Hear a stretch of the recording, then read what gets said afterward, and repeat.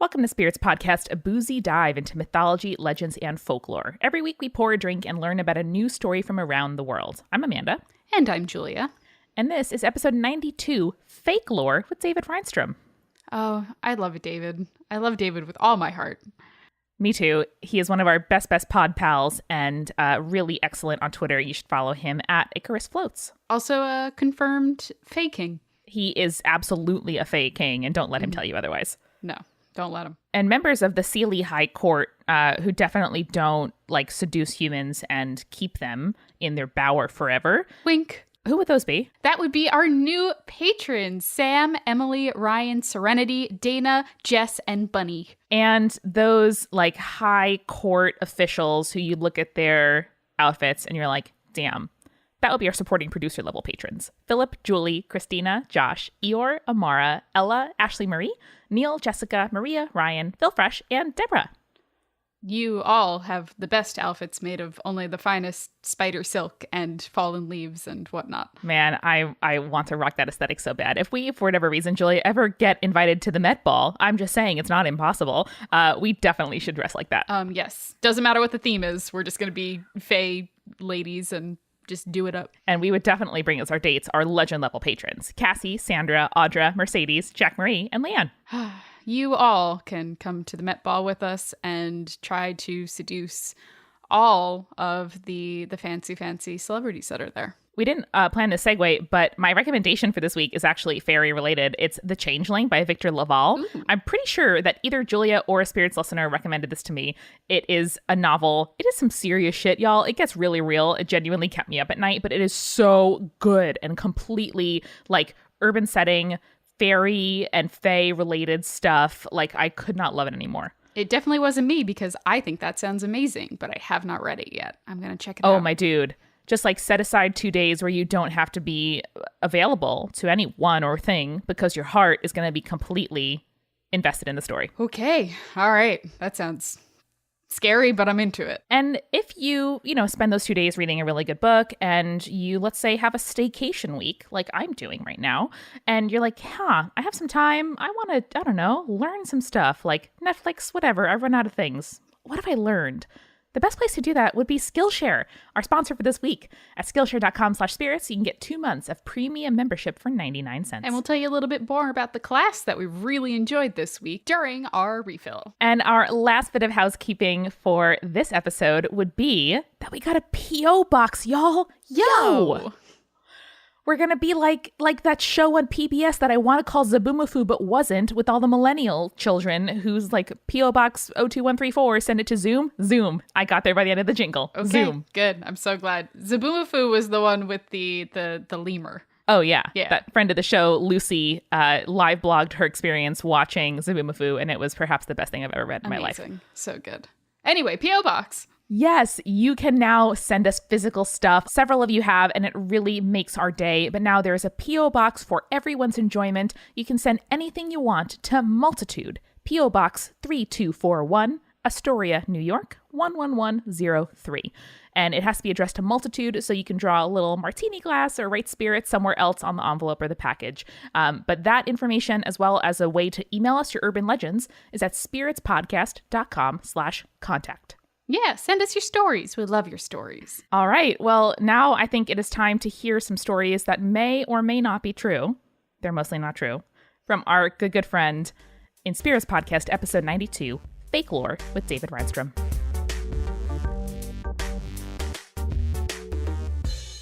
We are delighted to be joined by David Rheinstrom, our friend, the Podfather, one of just our first and favorite podcast friends. Howdy. 100%. Hey, what's up? Thank you so much. Hey, folks. Hi, bud. Hey, bud. It's lovely to be here. Thank you for having me. It is our pleasure. You're one of those people that we've referenced on the show before, and so to us it makes sense since you're a person in our life, but I'm glad that people can hear from the source, from the mouth of the person. It's true. I've had 2 beers. How are you? And I just got off work, so I am ludicrously sober. There we go. But yeah, I want to challenge the listeners to guess how old I am, since Amanda thought I was old enough to be her dad. Yeah, I really did. I really did, buddy. There's no, Oh, man. there's nothing else. There's no if, ends, or buts. Just numbers. Give me a number, Amanda. How old did you think I was? Like 50, 50? like 55. I would have Yeah. said late 29. 30s, early 40s. Not from your face, to be clear. Oh, all right. Oh. It was just an impression. No. I had never seen a picture of you. That's why Oh, when I was right. like, oh, you're a what? Oh no, just your like Twitter avatar, which is a drawing of a person, Right. and just. I mean, you'd seemed quite like institutional to me. Like, oh, this guy like has an actual job and like knows what he's talking about and is very nice and knows a lot of things about food. And yeah. You seemed like you had your shit together, so Amanda just Precisely. immediately thought, adult. And we were like, we're 24. I don't know what's happening. Sure. And of course, we met, and you quickly discovered I had my shit together as much or as little as anyone else does or doesn't. You absolutely, that is true. And also managed to beatbox the Raven under my recitation as a mic check. Such which a good was moment. Probably top 5 experience of my life. Certainly one of my proudest moments.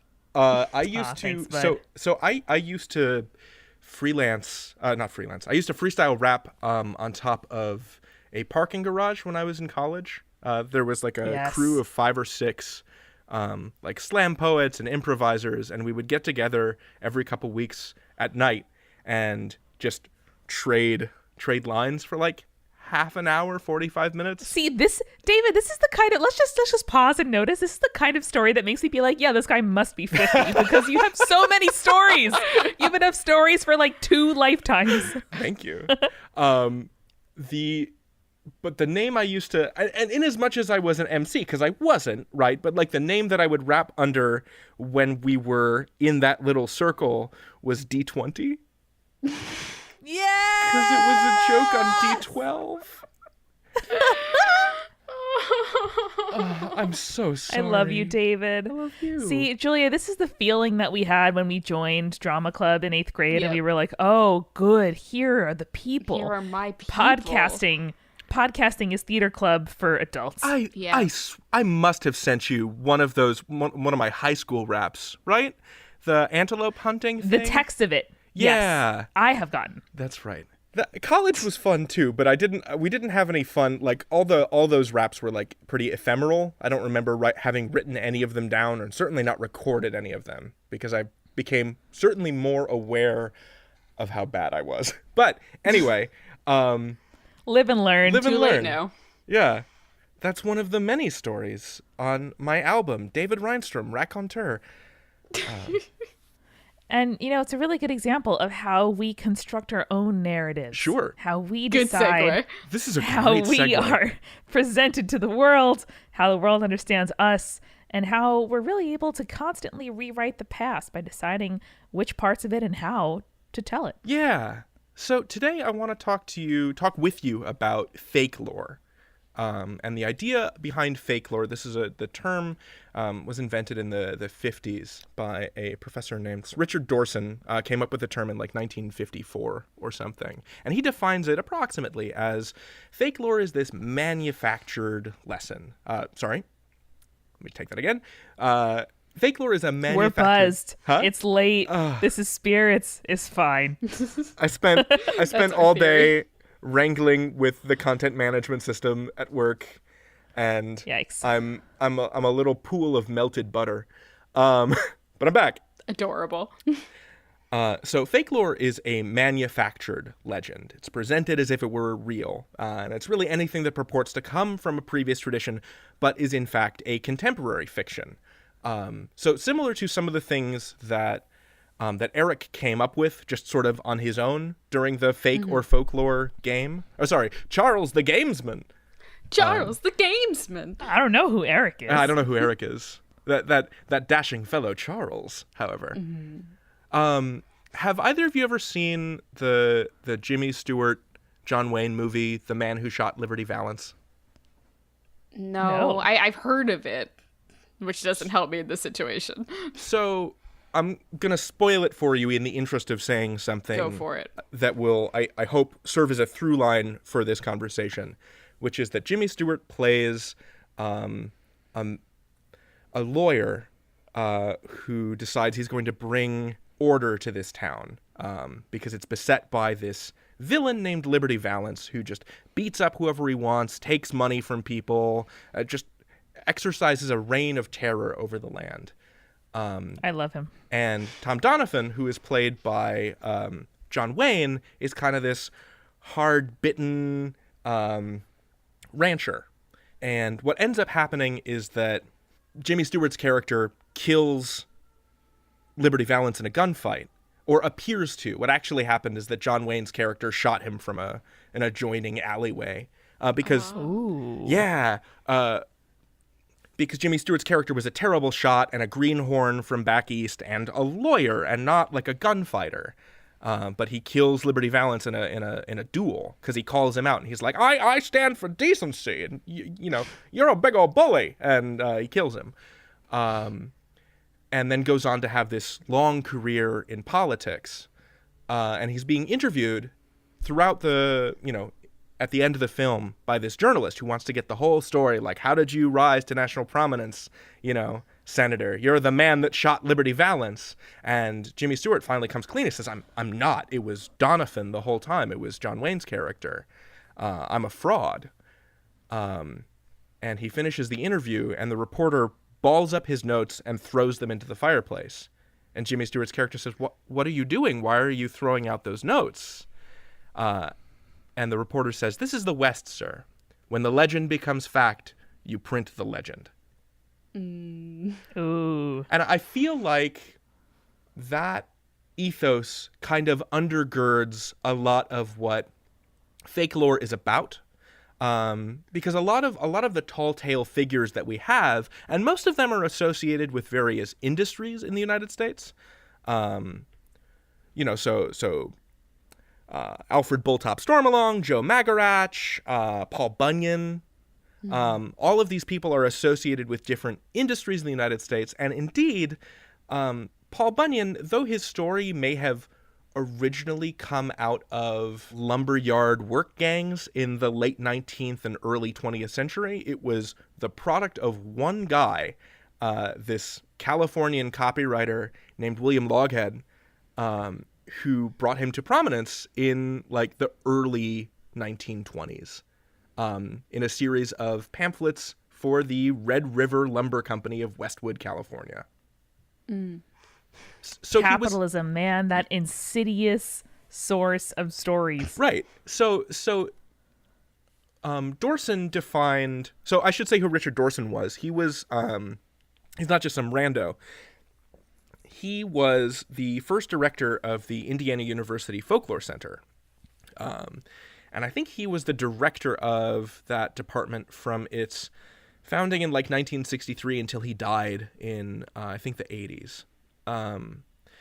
And he is famous for having introduced, for a number of reasons, he devoted a lot of his life to just attacking the root of Paul Bunyan stories. But he's famous for having introduced to us the word fakelore and also the term urban myth. Ooh, he's my favorite person. That's one of his. Man, it seems to me that like the 60s through the very early 90s in academia was such a time of someone being like, hey, I don't know if you've noticed this thing before, but here's just a word for it. And then that's what we use forevermore, whether it's like biographical criticism, or like gender being a spectrum or whatever. I'm sort of jealous because I feel like I want to name things, right, but it feels like all the things have been named. Let me see. You gotta discover new things, then you get to name them. It's true. Okay, so here's what he wrote in 1922. So there were a bunch of ads, and they were all kind of collected in this one volume by Loghead. And he kind of wrapped it all up in this idea that, there's this mythical lumberman, this lumberjack that invented lumbering. No, don't walk away. Hold on. Huh? I got a good story for you. Hold on. Yeah. Just hear me out. Go with me. And he works for us now. So Paul Bunyan came to Westwood, California in 1913 at the suggestion of some of the most prominent loggers and lumbermen in the country. When the Red River Lumber Company announced their plans for opening up their forests of sugar pine and California white pine, friendly advisors shook their heads and said, "Better send for." Sugar pine sounds like such a bad drug name. Sugar pine, honey bunch. Really? Yes. Loghead tries throughout his book to situate the Bunyan myth in a past before himself, but it's hard to say how much of this was legend that like predated his own creation, like how much of this came from people having told these stories before he started making them popular, because it had already become he'd kind of created a meme, and so then 15-20 years later, after he had made Paul Bunyan popular, this symbol of the American lumbering industry, he went around and he asked people like, oh, what did you know about Bunyan? And so here's something from Esther Shepard at the Department of English at Reed College in Portland, Oregon. This is a story about Paul's babyhood. Quote, Paul Bunyan was born in Maine. When 3 weeks old, he rolled around so much in his sleep that he destroyed 4 square miles of standing timber. Then they built a floating cradle for him and anchored it off Eastport. When Paul rocked in his cradle, it caused a 75-foot tide in the Bay of Fundy, and several villages were washed away. He couldn't be wakened, however, until the British Navy was called out and fired broadsides for 7 hours. When Paul stepped out of his cradle, he sank 7 warships, and the British government seized his cradle and used the timber to build 7 more. That saved Nova Scotia from becoming an island, but the tides in the Bay of Fundy haven't subsided yet. Wow. I mean, points for creativity and extremity. Right. So this all falls into a category of stories that we call tall tales. And there are folkloric characters and there are fakeloric characters. There are some people that are actually real, right? So let me go to my list. Who are my list? Yeah.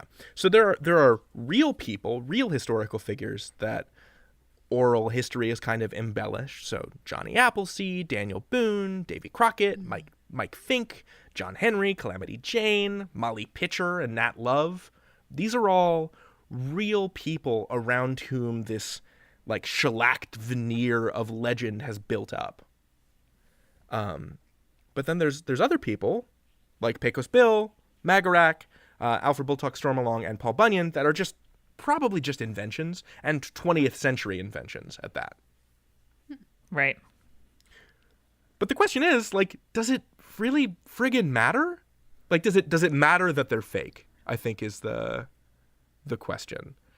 Dorson would argue that they at least deserve to be considered separately, part of separate traditions. He was concerned that this commercialization of folklore was diluting its impact, kind of in the way that people that really love Hans Christian Andersen stories get a little salty when they get Disneyfied, right? Mm-hmm. Right. All the blood and guts and misery gets yanked out of it. I think I would argue that, so on the one hand, it's pretty easy to say, like, okay, well, in one hand, myths are invented, right, with the folklore aspect of things.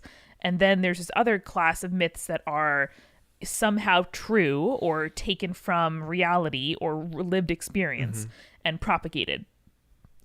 But I would argue that, like myth telling is myth making. Like, there isn't much of a difference between the stories that we choose to invent and propagate and the stories that we choose to retell. Like, it still passes through this kind of human and societal filter of like being somehow compelling, important, worth retelling, and in the telling they become something greater. So whether the source material is, a person that you saw planting an orchard in your hometown, or, something that you read in a comic book, or that, a TV commercial told you. The resonance is like with the listener and the reteller and their experience, and less in the like origin. I think that's my thesis. Sure. I think, and I would need to study. I'm not a folklorist. Like, I love this stuff, but it's not my academic briar patch, as it were. I think he would argue that because a lot of these stories that he called fakelore emerged from advertising and were literally designed to sell products, that they carry along with them nasty messages, or at least the stink of capital. Yeah, I think in my mind, where you draw the line is stories that are being told because they have some truth to them or they teach a lesson or something like that. But stories that are propagated solely to like sell a product is kind of where you have to draw the line between folklore and fakelore. And it's kind of like in the same vein as like Denny's is like on point with memes, but I'm not going to start telling Denny's stuff as urban legends because I know that Denny's is just trying to sell me pancakes. Yeah, and I guess my thought would be like if in 40 years people are still talking about Denny's memes alongside like Vine, then I would be like, hey, like Denny's has earned a place in our culture and that was earned for a reason. And even though it was initially created to like sell lumber or in this case pancakes or whatever, you know, the fact that it still exists is significant. So I am all for the like academic discussion and study of the origins of these things and like parsing things into different categories in order to better understand them. So on that front, like completely agree. But I also like still think that we should talk about Johnny Appleseed and Paul Bunyan side by side because these are still things that are in the popular consciousness, you know, 100 years later. Yeah, I mean, sure, I think, but you got to keep intention in mind is the point of it. I think it's basically impossible to divorce American culture from the impact of these folkloric characters. You know, if you ever drive through the North Woods of the Upper Midwest, you know, Minnesota, Wisconsin, the Upper Peninsula of Michigan, you're gonna see a lot of Paul Bunyan stuff. Just like a lot of men in plaid standing next to blue oxen. Like there's just statues throughout. Paul Bunyan was the logo of the Red River Lumber Company. In fact, it's weird because he looks nothing like what modern depictions of him look like. He kind of has a weird, like, rat whisker mustache. and a dumb hat. Was that the image that you sent us before we recorded? Yeah, that's the one. Oh yeah, that was quite a mustache. I will link it for our listeners, but oof, boy. Yeah, staking my claim there. Like that, that's my take. That's not a good look. And I think that as the myth matured, he definitely got a little sexier. Anyway, the as point they of this, usually do. So I have brought along, and this does not really help the narrative that I'm not an old man, but in my previous life, I used to make educational card games. Before I started working for an ed tech nonprofit, I used to work for an educational game company called Left Side, Right Side Games. And one of the games that we made, the last one that I published with that company was called Hit or Myth, because I'm a bad man. And yes, I think the puns didn't help with the whole age scansion. The game is divided up into 4 chunks. There's an American mythology one, there's a Norse mythology section, Egyptian, and Greco-Roman. The Norse section was called Norse Back to Health. The Egyptian one was Mummy is the word. And all of them had like different conversation starters. So the Egyptian one no, was... I'm sorry. You have to tell us the Greco-Roman one if you remember it. Freaks and Greeks. Oh my god. Yes! Best friends! And the American one was How the West Was Fun, which I later discovered is an Olsen Twins comedy. It is. Oh, it sure is, David. Is. We could have told you that. And this is why people need editors.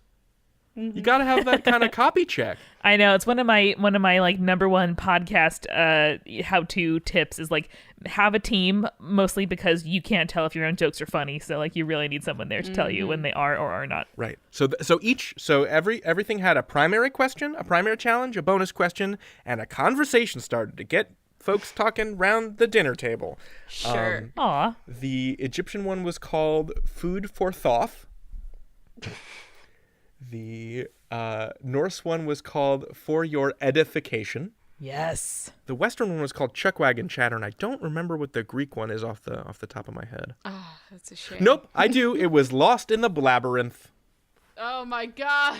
Very good. This really exposes, I think, 2 mysteries. 1, how I managed to have any friends, and 2, the mystery of how I'm getting married in like 3 weeks. Listen, you found your match. Yeah. Jillian just puts her fingers in her ears. I get it. Also a good strategy. Julia, we're sponsored again by Skillshare this week, one of our favorite sponsors, who is an online learning community with over 20,000 classes in design, business, technology, and more. And it's not just like companies that make these classes, it's real people who are really good at what they do. And I actually didn't know this for the first few weeks I was on Skillshare, but you can also become a teacher. You can, be an expert in whatever you're doing. I know our listeners are creative and motivated as hell. So if you have something to teach, you can also do that on Skillshare and earn money and give back to this community.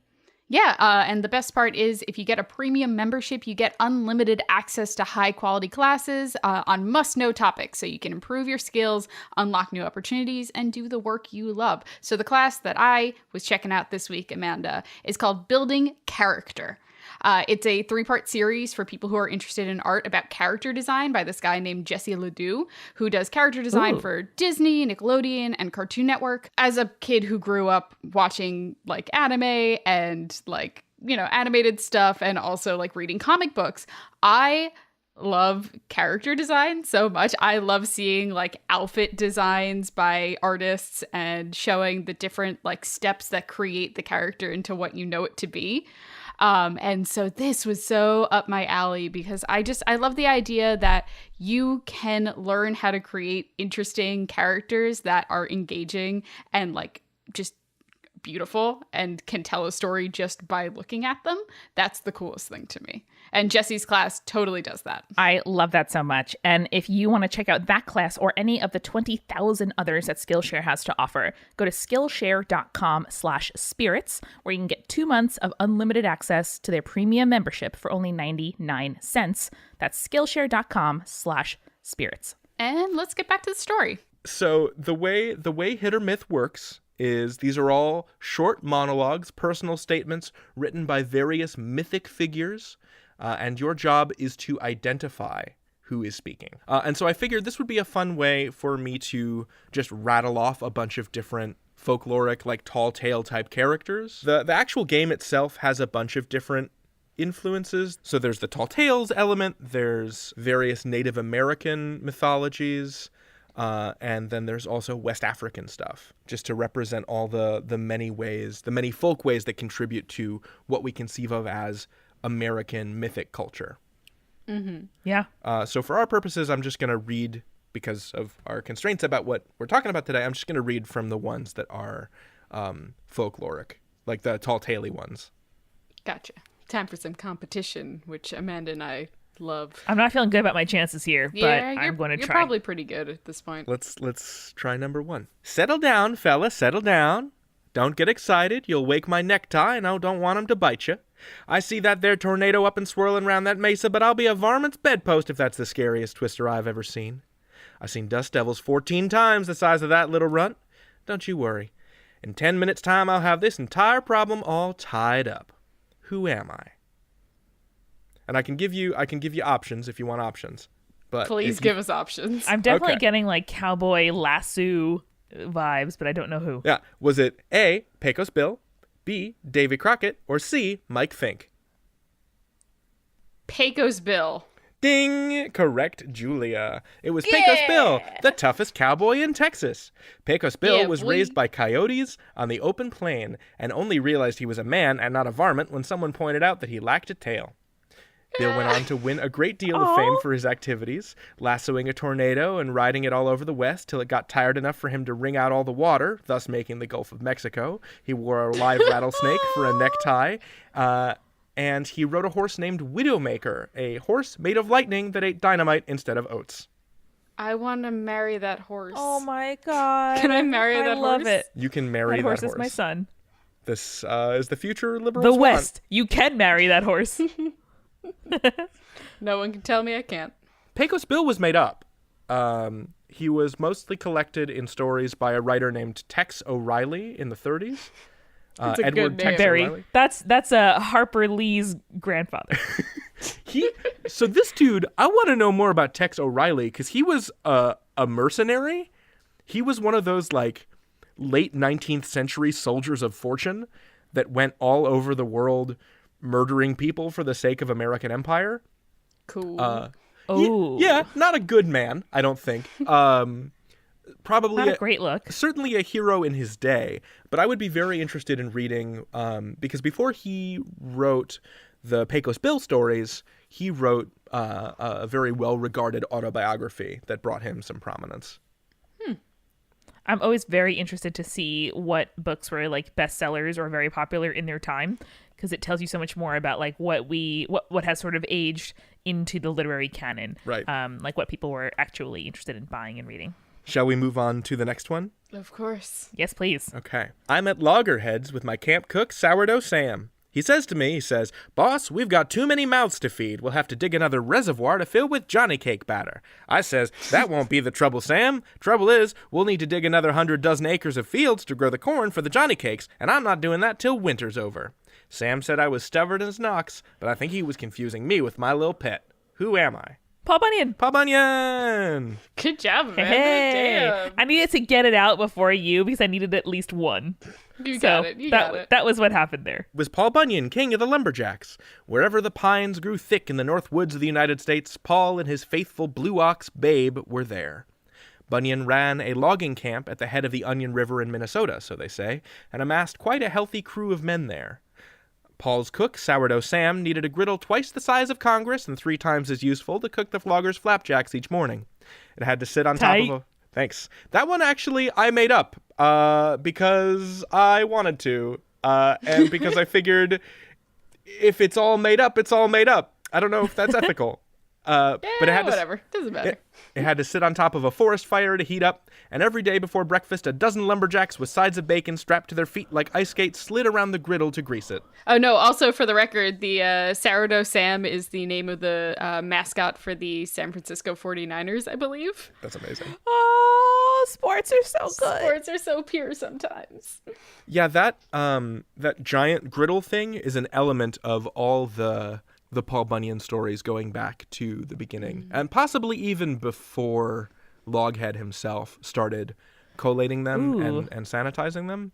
Although to look at it now, it's not that sanitized, in that there's like a weird kind of racist joke in this original one. So a lot of the stories around Paul Bunyan refer not only to his giant strength, but to his enormous appetite and the appetites of the men at Big Onion Camp. I will admit, when you said not only his giant size, and then I immediately went real dirty in my mind, and I don't want to think about that no more. Sure. I was going to say his domestic skills, because there's been an emphasis on cooking so far, and I am very interested in the ways in which like frontiersmen were expected, like the ways in which like survival skills and like domesticity, overlap, and how the like rugged, independent, cowboy or explorer or frontiersman, is expected to be proficient in the sort of things that we now code as like feminine and in the domestic sphere. Anyway, that's just me. I'm glad your brain went somewhere good. Well, I think the way in which they try to countermand that femininity is through outsized feats of invention. There it is. And like, if we're going to cook, it has to be absurd. So here's what we have from the Loghead. There are 2 kinds of camp cooks, the baking powder bums and the sourdough stiffs. Sourdough Sam belonged to the latter school. He made everything but coffee out of sourdough. He only had 1 arm and 1 leg, the other members having been lost when his sourdough barrel blew up. Sam officiated at Tadpole River headquarters the winter Shot Gunderson took charge. After all others had failed at Big Onion Camp, Paul hired his cousin Big Joe, who came from 3 weeks below Quebec. This boy sure put a mean scald on the chuck. He was the only man who could make pancakes fast enough to feed the crew. He had Big Ole, the blacksmith, make him a griddle that was so big you couldn't see across it when the steam was thick. The batter, stirred in drums like concrete mixers, was poured on with cranes and spouts. So he continues, it used to be a big job to haul prune pits and coffee grounds away from Paul's camps. It required a big crew of men and either Babe the Blue Ox or Benny the Blue Calf to do the hauling. Finally, Paul decided it was cheaper to build new camps and move every month. Man, it is crazy how it's like, America, things are big here and also efficient. So in researching this episode and doing research for this episode, I knew about Babe the Blue Ox, right? But I didn't know about Benny the Giant Calf. I want to know everything about him. Yeah, I was gonna say, I've never heard that before. I'm pretty sure that Babe is original to whatever oral myths there were. But Benny is like a whole cloth invention. I think specifically because he wanted to come up with an excuse to kill a giant animal. So before you get too attached to Benny... David, it's too late. I'm too late? attached. He's my son. Oh, he died. Oh, no. Oh, no. Oh, no. Gluttony killed Benny. He had a mania for pancakes, and one cook crew of 200 men... I'm so sorry. Same. He had a mania for pancakes, and one cook crew of 200 men was kept busy making cakes for him. One night he pawed and bellowed and threshed his tail about till the wind of it blew down what pine Paul had left standing in Dakota. At breakfast time he broke loose, tore down the cook shanty, and began bolting pancakes. In his greed he swallowed the red-hot stove. Indigestion set in, and nothing could save him. He died from an upset tum. He died from an upset tummy. That reminds me of the time that one of my high school ex-boyfriends invited me to the all-you-could-eat pancakes at IHOP after I'd already eaten breakfast. Early in your courtship.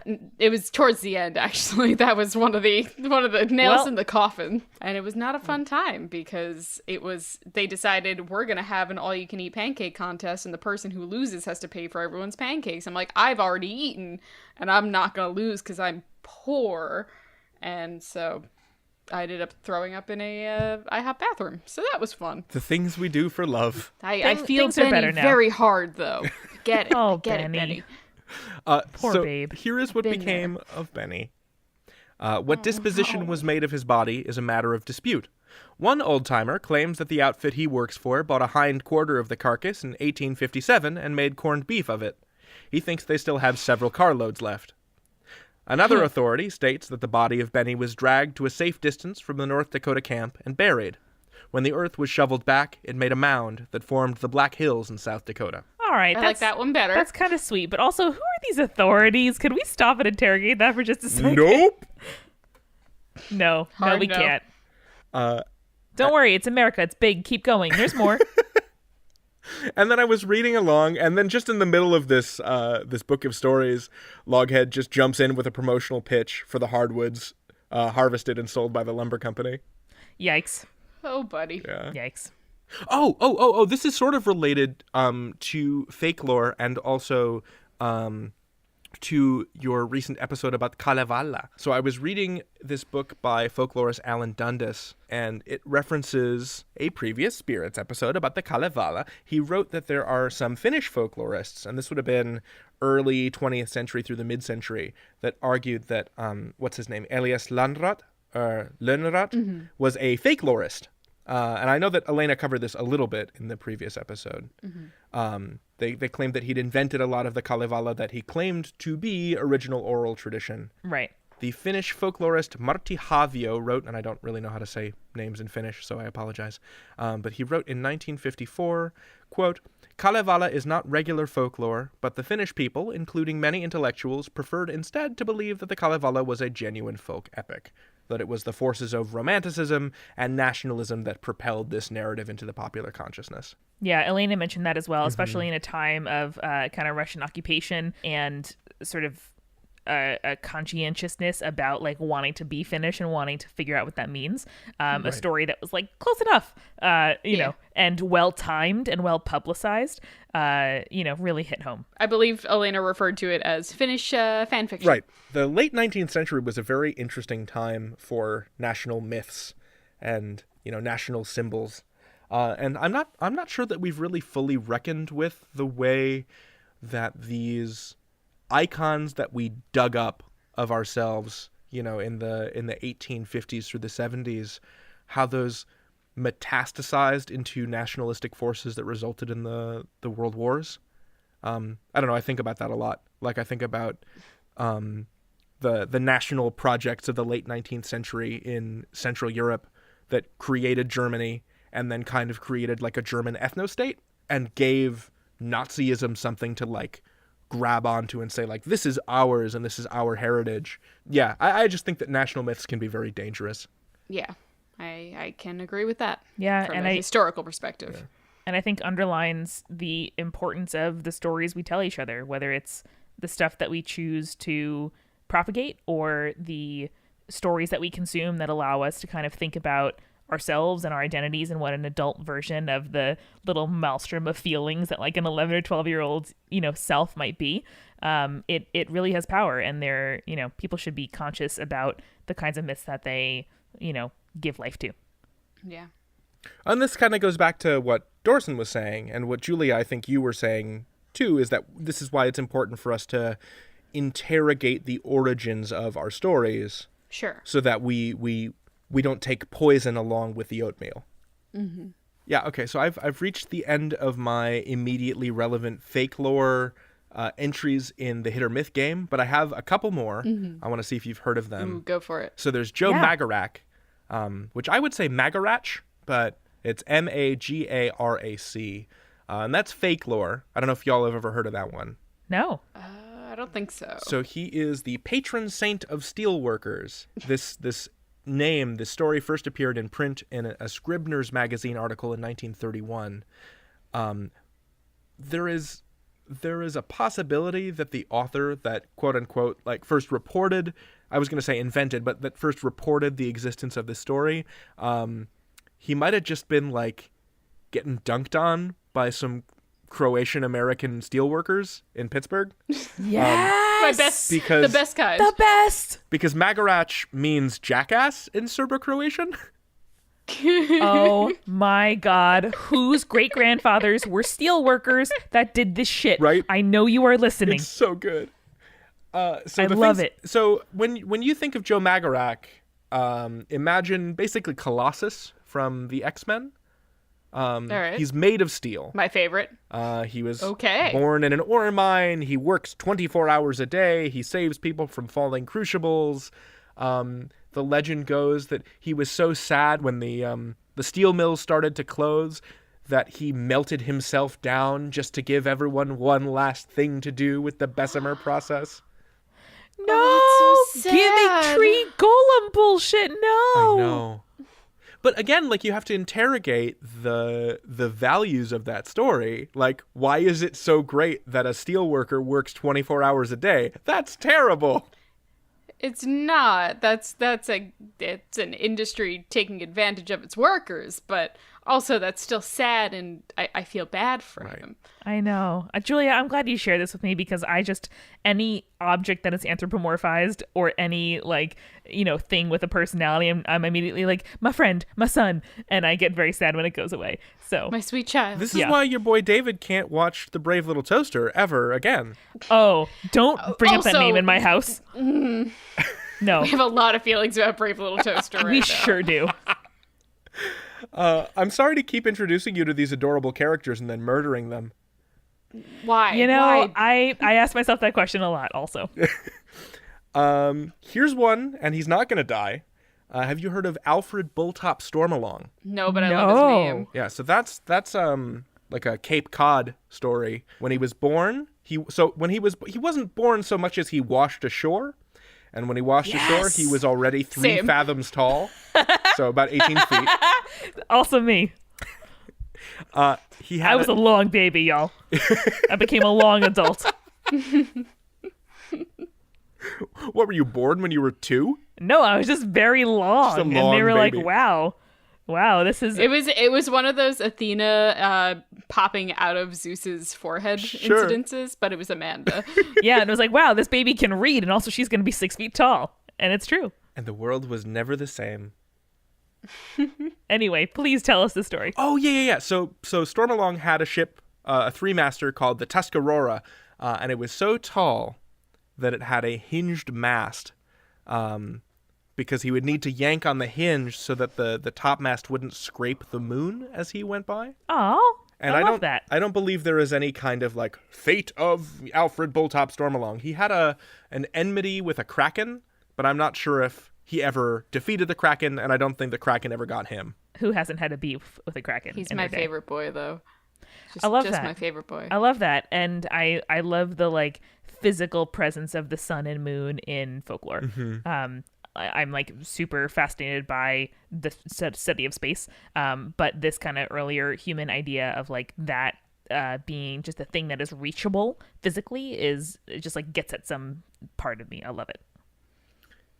There are also the real ones that have been embellished, and I don't have a ton to say about them, except that I found a bit from. Do you know about Mike Fink, the Mississippi Boatman? No. No. Oh man, so I think he's one of those people where the myth possibly started with him, like telling stories about himself. He was just like a legendary brawler and liar, and marksman, and he was like famous for being really good at fighting and also for being very good at navigating keelboats down the Mississippi. According to him, though. According to him, but also according to contemporary reports. All right. From what I understand, that's a hell of a river to navigate. Yeah. So. I mean, these are Mark Twain type stories. Like we're talking contemporary with him. According to Wikipedia, this is some kind of transcript of an actual boast of his. It goes like this. I'm a Salt River roarer. I'm a ring-tailed squealer. I'm a regular screamer from the old Mississippi. Whoop! I'm the very infant that refused his milk before its eyes were open and called out for a bottle of old rye. I love the women and I'm chock full of fight. I'm half wild horse and half cockeyed alligator, and the rest of me is crooked snags and red-hot snapping turtle. I can hit like fourth-proof lightning, and every lick I make in the woods lets in an acre of sunshine. I can outrun, outjump, outshoot, outbrag, outdrink, and outfight, rough and tumble, no holds barred, any man on both sides of the river, from Pittsburgh to New Orleans and back again to St. Louis. Come on, you flatters, you bargers, you milk-white mechanics, and see how tough I am to chaw. I ain't had a fight for 2 days, and I'm spiling for exercise. Cock-a-doodle-doo. He sounds like he's cutting a promo right before WrestleMania. Uh-huh. He sounds like he is a late 1980s rapper, and I love it. That may just be my malign influence, though. Oh, yeah. I mean... Oh, I love it. I love it so much. I that is another just like American thing is like, fuck you, I'm great. And obviously destructive in the larger course of society and the world very often, but I also very much appreciate it. And man, there's just so much Americanism and Americana in these myths. And I'm sure that there are listeners out there who have studied this kind of thing or who are hobbyists and read a lot about Americana and American myth making. So I would love to have your recommendations about like stories and articles. I'm going to go on JStorm myself later on and try to look up some things because again, like especially this day and age, it's it's a fraught thing to be an American, especially a white American, and it is easy to just kind of like disconnect with that whole shebang. Right. But there are also real ways in which like, I don't know, our legacy is complicated and our identity is complicated. And a lot of the stuff that we bring to the modern world is stuff that our ancestors like chose for us as a national identity. And so digging more into that, I think, is only going to be helpful for deciding how we want to shape that identity going forward. Also, I want a big blue cow. Same. I got permission from Jillian to tell you about this last part. Yay. So I'm talking about my fiance, my wife to be, who may actually be my wife by the time this airs. So woo! I was gonna say probably. She will be. My wife, Jillian. Her mother died a couple of years ago, and Barbara had this absolutely wild life that like beggars belief. She was a brain surgeon. She was a pilot. She was an athlete. She broke horses for the racetrack. And I didn't really get to know her that well before she died. And the Barbara that I met was not that Barbara. And so Jillian and I started talking about like, well, what's the version of your mother that we want to develop for when we have kids? There are a lot of stories about Barbara that are incredible and true. And I think that they're so incredible that I started making tall tales about Jillian's mom. Like the Rio Grande once got too fresh with Barbara, so she slapped it, and that's why the river's so windy.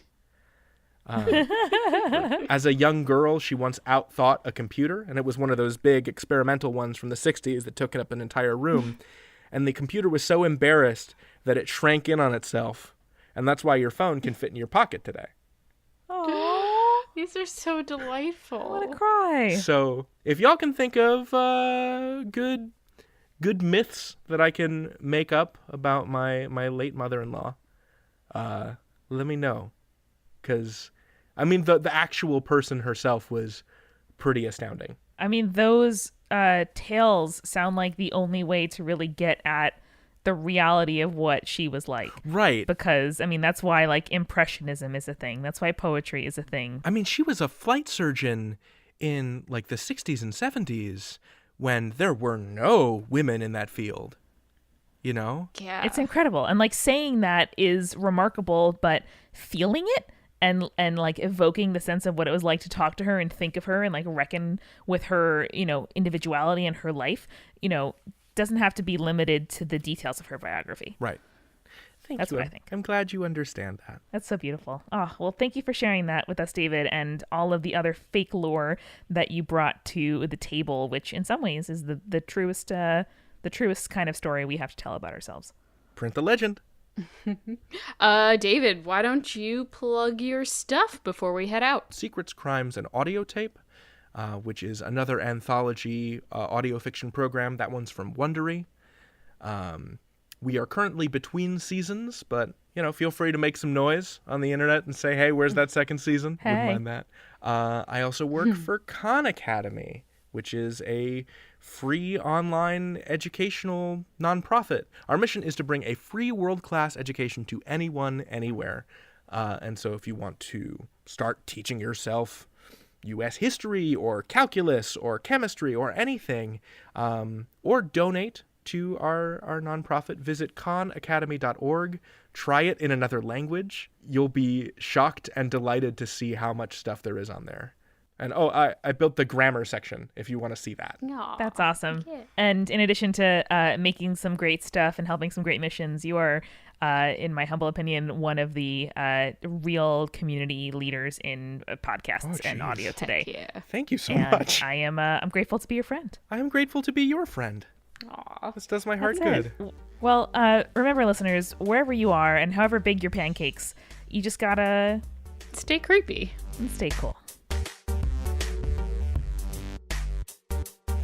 Spirits was created by Amanda McLaughlin, Julia Shafini, and Eric Schneider, with music by Kevin MacLeod and visual design by Allison Wakeman. Keep up with all things creepy and cool by following us at Spirits Podcast on Twitter, Instagram, Facebook, and Tumblr. We also have all of our episode transcripts, guest appearances, and merch on our website, as well as a form to send us your urban legends at spiritspodcast.com. Join our member community on Patreon, patreon.com/spiritspodcast, for all kinds of behind-the-scenes stuff. Just $1 gets you access to audio extras with so much more available too. Recipe cards, director's commentaries, exclusive merch, and real physical gifts. We are a founding member of Multitude, a collective of independent audio professionals. If you like Spirits, you will love the other shows that live on our website at multitude.productions. And above all else, if you liked what you heard today, please share us with your friends. That is the very best way to help us keep on growing. Thank you so much for listening. Till next time.